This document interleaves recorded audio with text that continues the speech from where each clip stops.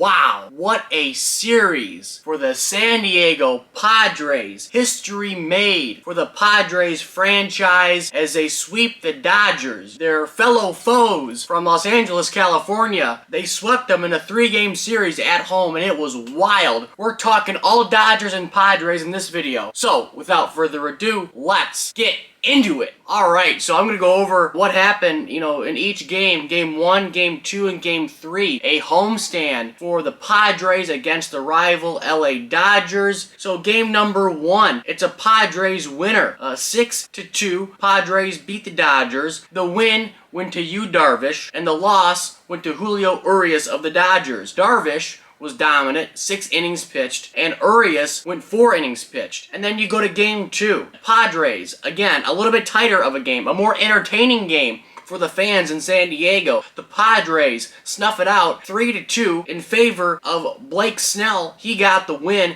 and Clayton Kershaw, although was dominant, he got the loss. The funny thing is about game number 2, Clayton Kershaw pitched more innings than Blake Snell and got a loss. Snell only pitched 5, Kershaw pitched 6 into a losing effort. He was down 3-0 going into the 6th inning, and he still shoved. He was dominant in that game. He went toe-to-toe in my mind with Blake Snell, but it was obvious the Dodger offense could not get him any run support. So the Padres won that game 3-2 in favor of Blake Snell. Then you go to game number 3 last night. It was a crazy one. I mean, Padres 5, Dodgers 3, a back and forth game all around. The win went to reliever Tim Hill for the Padres. The loss went to Blake Trinan of the Dodgers. Then you got Musgrove. He was a starting pitcher of the game. Of course, a no decision. Went 6 innings, and Bauer matched Joe Musgrove all the way. He went 6 innings as well. So Trevor Bauer was dominant, I think, in that game. Again, a lot of home runs given up. We'll get to Bauer in a second. But first, let's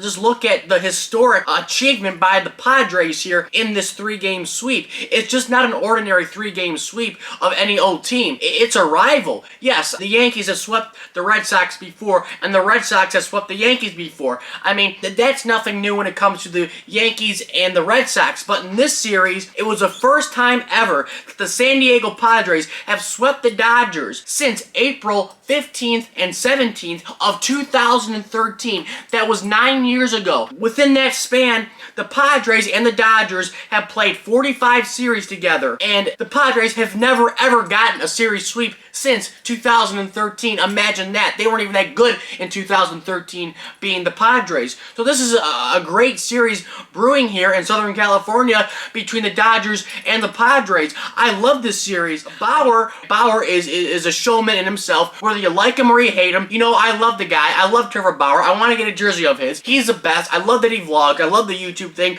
I love that he's cocky. He can back it up for the most part, but the Padres fans weren't having any of it. Whether you watch him on YouTube or not, they were not happy with Trevor Bauer. Why? Because as he walked off the mound, he got booed heavily from the San Diego faithful. You had a lot of Dodger fans and a lot of Padres fans. The Padres fans the first couple of games weren't overpowering the Dodger fans. In fact, the Dodger fans travel very, very well. Of course, if you watch the series before, Dodgers were in Arizona. The Dodger fans showed up over at Chase Field in the desert. The Dodger fans travel well, and they traveled pretty well the first couple of games in this series, games 1 and 2, I would say. But last night, game number 3, the Padres fans showed up. It was a packed house, packed to the brim. That's what I love about baseball. And for me, I love Vince Scully, one of the best broadcasters in Major League Baseball history ever, in my opinion. And I love what he says. He says, I love the roar of the crowd. When everybody asked him, what are you going to miss most? He says, the roar of the crowd. And for me, of course, some may think, oh, that's cliche. But I think for myself, as we experience what happened last year with no fans, no interaction, nothing, I kind of started to miss that roar of the crowd. And last night, I felt like this was the biggest series for Major League Baseball because the house was packed in San Diego. Petco Park was packed to the brim.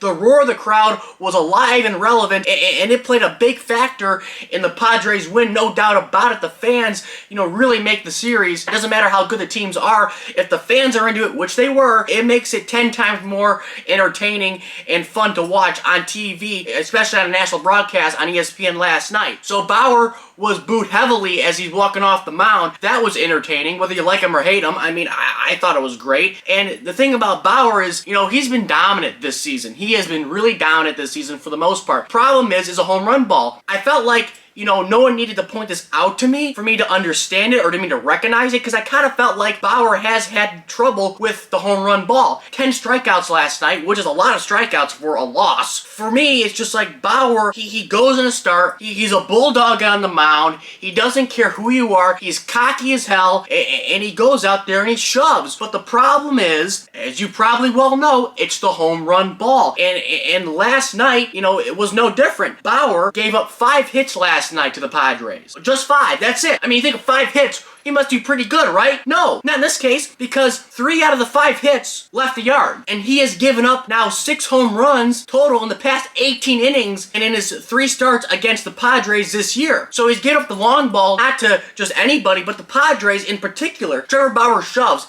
He strikes out people. He's not an overpowering guy when it comes to velocity. I mean, he's 95, 96, maybe touched 97 here and there. He really counts on that hard slider away, and sometimes that slider can hurt him. It really can hurt him, the slider and the curveball. But the thing is this, is that Trevor Bauer was so good last night, and it's just so disappointing. The home run ball is his Achilles heel. And this is what Trevor Bauer said about this home run ball and what's been happening to him this season. I don't know. I just have the worst home run luck in the league, which is true. It seems like every time I make even the smallest little mistake, it leaves the yard. So I don't know what to do about that. Even little mistakes leave the yard. You just hope it doesn't last a season. And you know what? I'm glad that he recognizes it. He knows that for whatever reason, guys are jumping on his pitches. When they make contact, it goes. I think, personally, he always leaves not only the fastball, but when he leaves the slider up to righties and to lefties, they just go knick-knack paddywhack against him. It is very confusing and troubling to watch Trevor Bauer when he's so dominant on the mound for the most part. I mean, even when I watch his vlogs, he'll be like, yeah, struck out 6, went 6 and 2/3, went 7 innings, but I gave up 2 home runs. But I mean, this rivalry was a great rivalry overall. The past 2 games were really entertaining. The Padres kind of went past the Dodgers in a big way in game number 1, but game 2 was a back and forth affair, a tight game, only lost by 1 run being the Dodgers. And even last night's game, even though it ended up 5-3 for the most part of the game, it was a back and forth contest. I mean, the Dodgers were threatening the last half of the 9th inning. Albert Pujols lined out to Manny Machado, and he doubled off the guy at second base to make an outstanding game-ending play. I mean, if that ball would have went through Machado's hands, who knows what could have happened. This game could have went 15, 16 innings. I mean, it was that type of game. The crowd was so into it. I love it. This Dodger and Padres series is shaping up to be exactly what Major League Baseball wants. Can we say this? Are people going to get mad at me? Can we say that this series and this rivalry between the Dodgers and the Padres has become more entertaining than the Yankees and the Red Sox rivalry? And again, the Yankees and the Red Sox are pretty good this year, and so are the Dodgers and the Padres.